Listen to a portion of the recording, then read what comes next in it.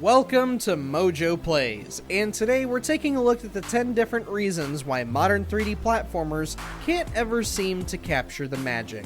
None of the games we'll be talking about or showing are necessarily bad, however, there is something to be said about why many of these games don't resonate with as many players as, say, Mario, Spyro, Crash, and the like.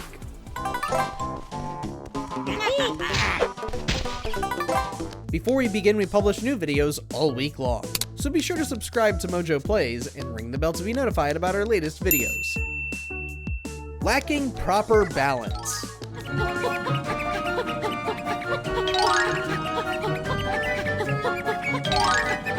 For some strange reason, a lot of modern 3D platformers cannot find the perfect balance in difficulty. The majority of them hone in on just being cozy games, like the multitude of farming sims, which result in them being so easy that it kind of becomes boring.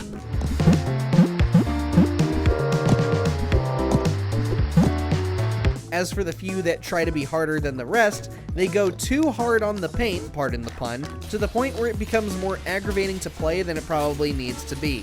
Is there simply no understanding in difficulty scaling, or are these developers maybe focusing too much on letting players relive their youth? It's tough to say either way.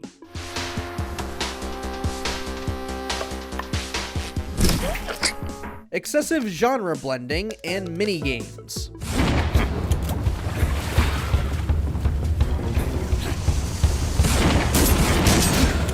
Not every modern 3D platformer is guilty of doing this, but this is an issue we've seen here and there. Some games will have a few segments where the game completely deviates from the core part of 3D platforming, so much so that you're forced to play basically a completely different game.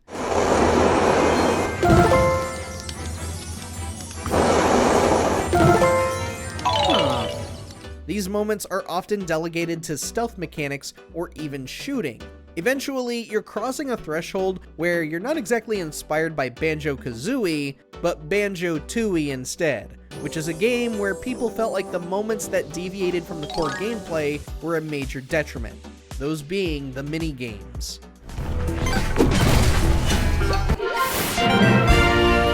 Staying too cute. We'll make sure your kids can swim safely. Oh, thank you! One could say that complaining about a 3D platformer being cute is like complaining that a JRPG has an anime art style. A fair point, sure, but even JRPGs can distinguish themselves with unique nuances, combat mechanics, and UI to make themselves stand out. Oh yeah, I saw Doris eating one the other day. It has this huge stone inside it. It'll never catch on. Talk about choking. For 3D platformers, almost every one that we've seen released so far goes for a seemingly cute art style in one form or another. They may look different from each other, yeah, but the vibes feel the same across every single one, which ultimately makes them feel stale. The genre doesn't need to be gritty and realistic all of a sudden, mind you. However, there is a point where the genre almost justifies the people that were saying Nintendo games are for babies back in the Call of Duty hype days.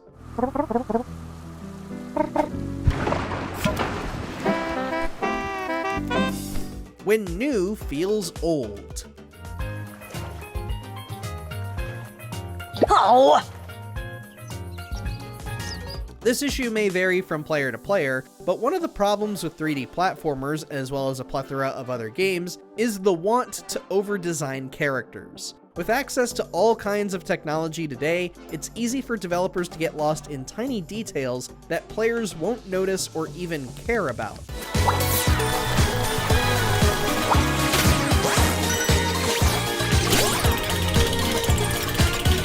By adding detail like way more texture and way more colors, you risk making your characters less memorable and less satisfying to look at. Part of what made Banjo, Crash, and Spyro was that they were characters with basic color schemes and shapes.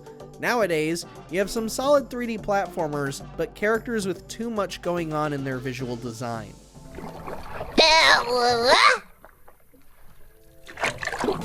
Camera problems persist.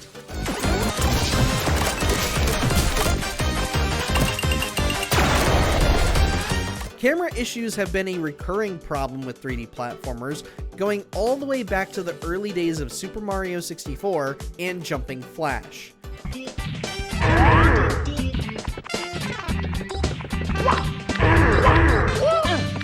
Regardless of whether you're in first person or third person, just about every 3D platformer ever made has suffered from bad camera placement and controls. These moments can make certain parts of the game incredibly frustrating, as not every angle gives the player a good amount of depth perception.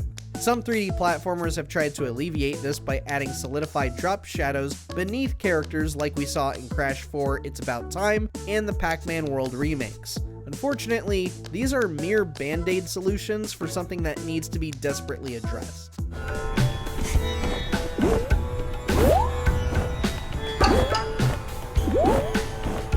Catering to speedrunning.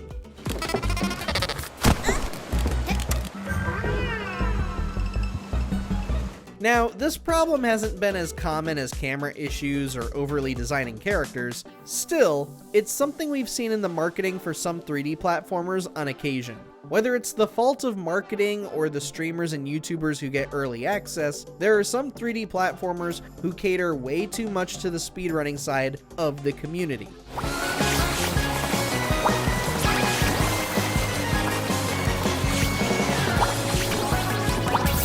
That isn't necessarily a bad thing, but it does make your game intimidating enough for people to jump into. Do I really need to pull off crazy maneuvers like this just to progress in the game? It's like how some FPS streamers play every game like it's some hyperactive version of Unreal or Counter-Strike, and it can turn a good chunk of 3D platforming players off.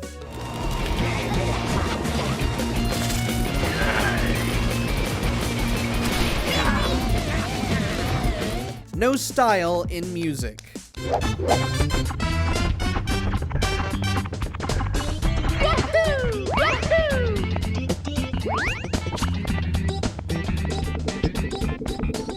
Obviously, this can also be entirely subjective, but it's worth mentioning here because of how drastically different the old and new eras of 3D platforming are when it comes to music.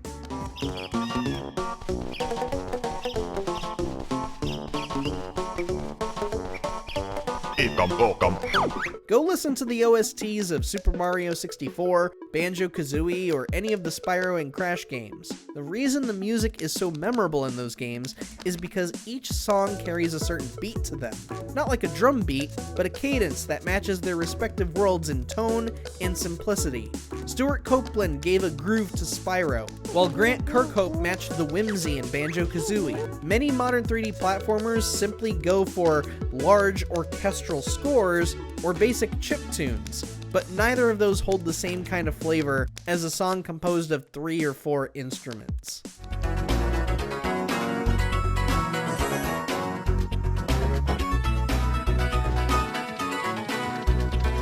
The DK64 issue.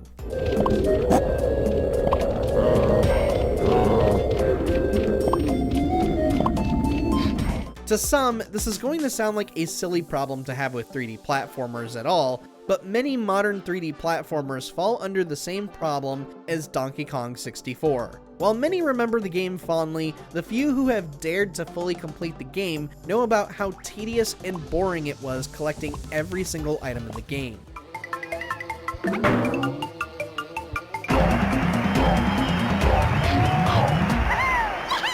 Granted, collectibles are a key part of 3D platformers, but DK64 was egregious as many collectibles required extensive backtracking just to swap characters and unlock other areas just to backtrack and go into that area as a different character. Yooka-Laylee and Crash Bandicoot 4 It's About Time are perhaps the biggest offenders of this in recent years, as the former required you to collect every Pagey, Quill, Extender, Tonic, and Play token. The latter was just excessive in locking collectibles behind perfect platforming performance. Why can't we just keep it to 1 or 2 types of collectibles, guys? Keep it simple.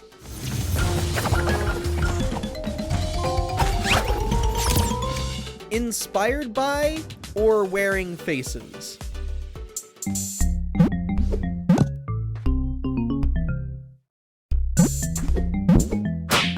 This is a common flaw we see across several different 3D platformers on the indie side of the market. Our game is inspired by Major Game A and Major Game B. Not only does this give off the impression that the game isn't original, but it also indicates that the game is merely a facelift of the game it's inspired by.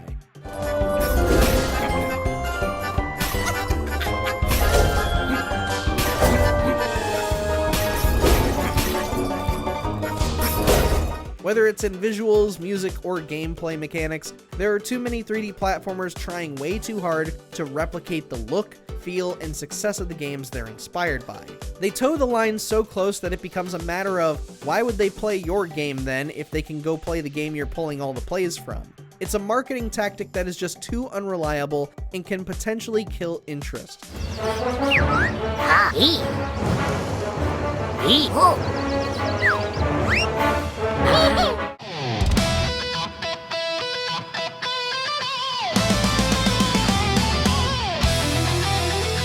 Before we continue, check out this single from Sound Mojo's Audia, Songs from Iran, reimagining Persian melodies as modern rock, metal, and pop songs. Check out the full track and album below.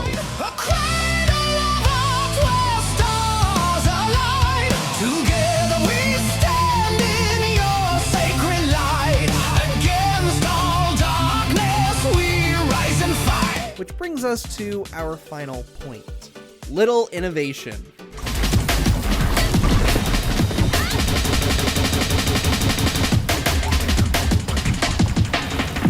By sticking to formulas that worked before, the modern 3D platforming scene has become about as stale as the AAA gaming market many of us fans heavily criticize. To be fair, innovation is hard to come by and is often completely accidental. And in the genre's defense, 3D platforming is just running, jumping, and collecting things.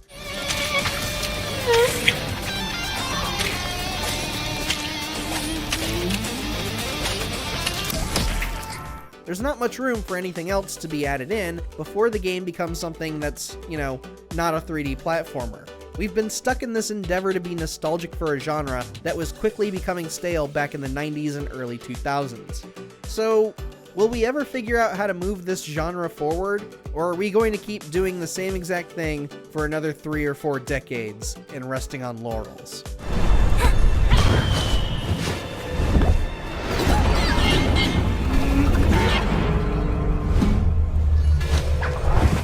Are we totally off base about the 3D platforming scene today, or are we right on the money? Let us know down in the comments, and don't forget to subscribe to MojoPlays.